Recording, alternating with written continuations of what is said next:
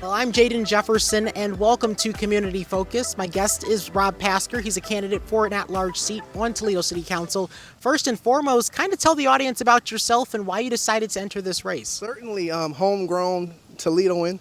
Grew up out Hill and Richards. Went to a multitude of schools, but ended up graduating from the Central Catholic High School. Went to the University of Toledo. Started my first business there doing marketing. And at a point, after a couple of years, I took my business down to Columbus to finish school and also grow my businesses. And 6 years later, I came back with a real estate license. And my goal in getting my real estate license was to create something that could impact my community, and that's what I've done over the course of the last 11 years. As a real estate broker, I've helped hundreds of families into homeownership. I've brought at least a dozen plus agents into the business. And for me, it's just about creating opportunities. And so on City Council, I'm looking to scale the work that I've done for this community over the last decade. And that means creating safer neighborhoods, because most Toledoans, if you ask them, they want to live somewhere that's safe. Creating stable housing, because home ownership is the key to wealth for most Americans. And so as we are known in Toledo as the best place to invest in America, we need to make sure that Toledoans have that opportunity to acquire this land that they live and they work on. As well as investing in our people, investing in the youth, investing in our seniors, especially if we talk about crime, idle hands are the devil's workshop. And so we have to give our youth things to aspire to. We have to introduce them. We have to give them mentorship and apprenticeship if we want to see any changes. And I'm running as an independent, and as an independent voice, I believe that I can represent Toledoans who want to see progression here in our city. And one thing that I'll pick up on is that being a realtor kind of offers you a unique perspective in the city, because you're obviously talking with people who are maybe finding a different place in the area, maybe have different considerations for that reason. And so kind of speak to that. What have you picked up on just from your experience in interacting with home buyers locally? What are the things that they're concerned about, that they look for when moving in Toledo? So the beauty of Toledo is, despite what a lot of people may think, with the cost of housing rising, it's still an affordable place to live compared to most major markets in America. So for most home buyers, they want somewhere that's safe. They want something that matches their wage. And for the most part, that's it. And so working in real estate, not just being a broker, but also being a housing advocate, what I'm seeing is that we need to create and just maintain the programs, maybe even expand the programs that create education for people that want to become homeowners from renters. And so I facilitated a home buyer education program for 5 years here as a HUD certified housing counselor through NID Housing Counseling Agency. And I had a huge response. People responded, and they would come to the classes in droves because, knowledge is power. But I define power as the ability to change. And so through educating the people of Toledo, we can empower them to change their lives.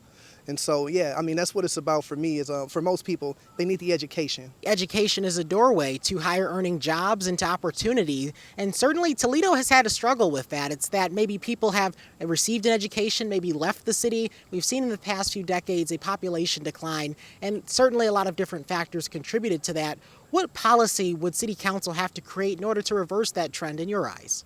So we can talk about the people that left, but we have a whole generation that is coming up right now. A crucial time to keep them here. Absolutely. So I think the greatest opportunity lies in giving the people that live here, the generation that's coming up, giving them reasons to stay in Northwest Ohio, expanding apprenticeship programs, expanding workforce development and vocal training, and giving them a reason to build a life here, build a family here.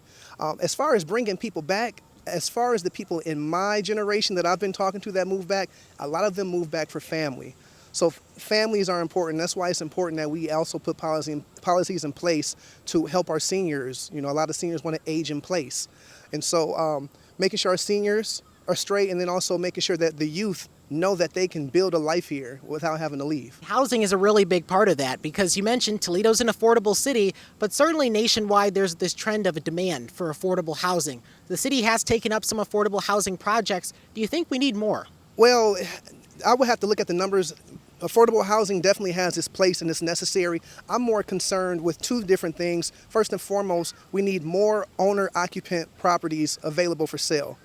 We need more homes that people can live in, build some appreciation, build some equity, and build a family.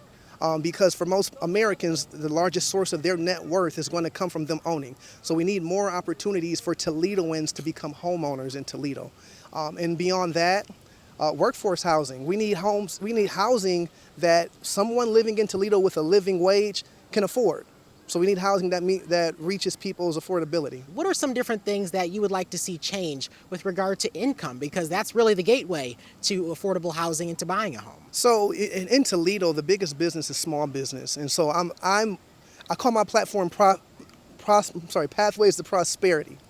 Pathways to Prosperity, and I believe if you give the average Toledoan opportunities to elevate their lives, to mobilize socioeconomically, they will. So how can the government support those that want to mobilize economically? And so how can we support the small businesses that we have? Because small businesses, they employ more people than anybody. So how can we support our small businesses? What do our small businesses need? Is that micro grants? Is that micro loans? Workforce development training, going back to that. How can we teach our people in Toledo, our Toledo citizens, how can we prepare them to work for our small businesses and work for these also larger corporations? And so I think it's about helping people that want to mobilize economically, giving them the opportunities and pathways to do that. And I want to expand on what you mentioned with small businesses, because the city has launched a couple different small business programs. I'm sure you've been aware of the White Box program that they started. What do you make of those programs? And do you think they need to be expanded, or maybe there should be different ideas that are tried? Those are great efforts because I like to say if you look good, you feel good, right? And if you feel good, you do some great things. And so by taking some of these buildings that are on major streets and helping get them facelifts, that's good for the neighborhood. It gives the neighborhood a better feel. And when neighborhoods look better, you start to see less negative things happen. So those are great programs, but I'm also interested in exploring what other cities that are comparable to Toledo, what are they doing to support the small businesses in their cities? Yeah, and perception plays a big role in where people decide to live, if they decide to work in Toledo. We've seen a lot of development that has happened downtown Toledo, and people, while they may appreciate that, they want to see that same development and that same energy put toward neighborhoods as well. And so what would be some things you would support if elected to City Council to help expand that growth and development to neighborhoods? Certainly. So if we're talking about neighborhoods, for me, we have to take care of this blight. So we talked about the housing shortage that we have. There's a housing shortage on the active market. But as far as Toledo is concerned, we have hundreds of abandoned, blighted properties. So if we're talking about development in our neighborhoods, we need to put together some type of program that can empower local developers to renovate these properties for owner occupancy, and whether that's through receivership, whether that's through partnerships with the land bank, or whatever collaborations need to happen, we need to explore that as far as development in our local neighborhoods, as well as how can we support the organizations that are already doing the work in these neighborhoods. One thing that we see often is that you may have an out-of-town developer that is involved in projects, and so it can be a little bit difficult to maybe hold that developer accountable. How would Toledo City Council hold developers accountable if it were to expand with having them develop these neighborhoods?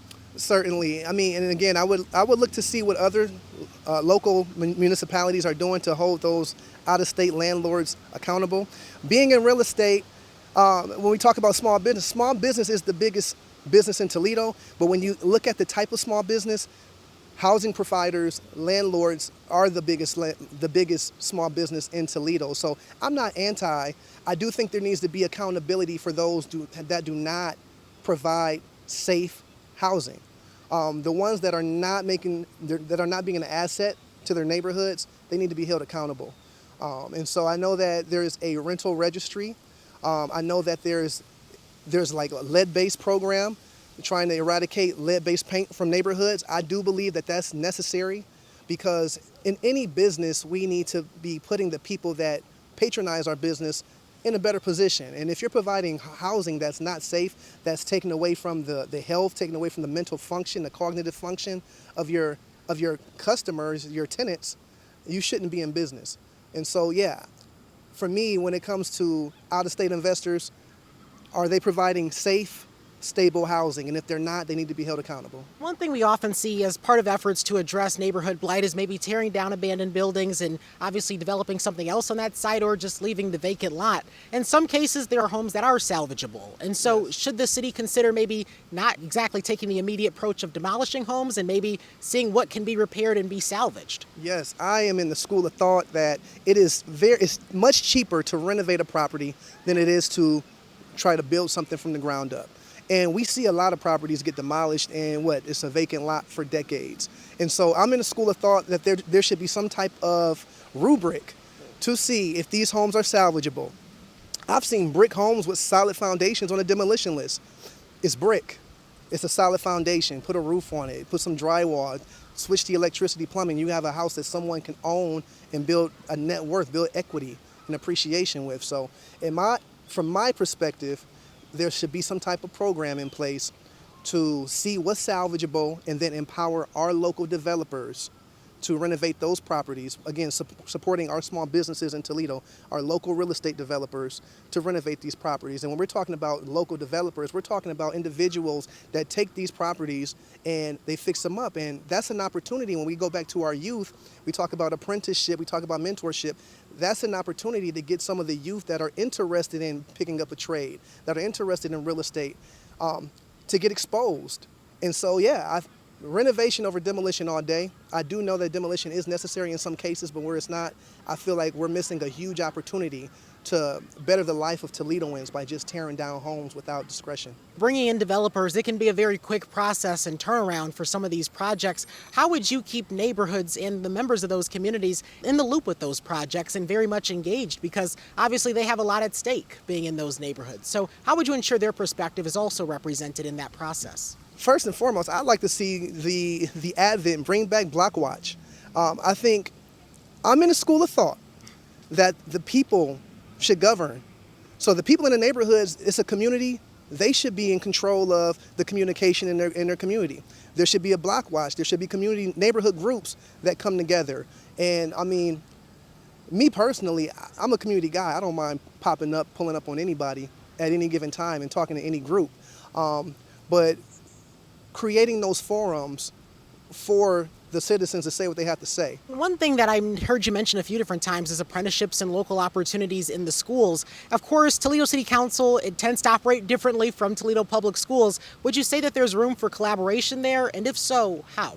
100%. I mean, we live in Toledo Public Schools. Dr. Durant just got Urban Educator of the Year award, and what they're doing at TPS is innovative. The different academies, the trade schools, the different disciplines that students can get exposed to and get certifications in upon graduation of high school. That was a dream come true when I was in high school. So I definitely believe that the city of Toledo should find a way to collaborate and support and help expand some of the work that's being done, because people can complain about crime. And I'm all for police, but we can only enforce so much. At what point do we start to prevent crime? And we prevent crime by giving people pathways to prosperity. Well, yes, education is proactive rather than reactive, because we've seen for the longest time a reactive response to public safety rather than one that's proactive and starting at the very young ages where kids are in school and they're learning and they're sponges and absorbing. And so based on that idea, what are some other things that public safety-wise we can take as a city, steps we can take that are proactive rather than reactive? Certainly. I think first and foremost, just maintaining the police force that we have. As police officers start to retire, bring in new police officers to replace them. I think we should look at what's effective on the force. And so I don't come from a law enforcement background, and I know the police chief and the police force, they know. So having conversations about what's effective and what's not effective as far as what's happening. I truly believe that the government's number one function is to keep its citizens safe. And so, like I said, I support the police, but I also think it's more than just law enforcement. We have to couple that with collaboration, with youth engagement. We also have to couple that with mental health. I believe that it's beyond just law enforcement. it's social services. What steps would you say City Council can take in order to ensure that youth programs are well funded? We had just this infusion of federal dollars, millions and millions of dollars that went toward supporting youth programs, but those dollars were temporary, and now it has to come out of the city's pocket. And so, how would you, if elected to City Council, address that problem of maybe the money not being there or the desire to allocate that money not being there? Certainly. I mean, we had a huge opportunity in Toledo with the ARPA funds, and we are at the point now where those ARPA funds have run out. Yeah. And so, yeah, we have to be creative in looking at the budget, looking at the different funds that we have in Toledo to see where can we pull from, what grants are out there. And now we are in a time where grant money has been dwindling to some degrees. And so we have to be creative, and we have to work with the organizations and the citizens that are already doing the work to find those answers. Trust building is really important here, whether we're speaking about law enforcement and just youth programming, because obviously community members want to trust that the city has their best interest at heart, but that's not something that happens immediately. And so how would you build trust with community members? Me personally? Yeah. So I'm very engaged in the community here in Toledo, but just being present. I think that's the best thing that someone can do is just be present. For the past decade, I have been very present in Toledo, helping people through home ownership, creating coalitions, collaborations. But there's people that don't know me, and that's my challenge in this election is getting to those people that don't know who I am. So just being present, being a leader, speaking up when I feel is necessary in certain forums.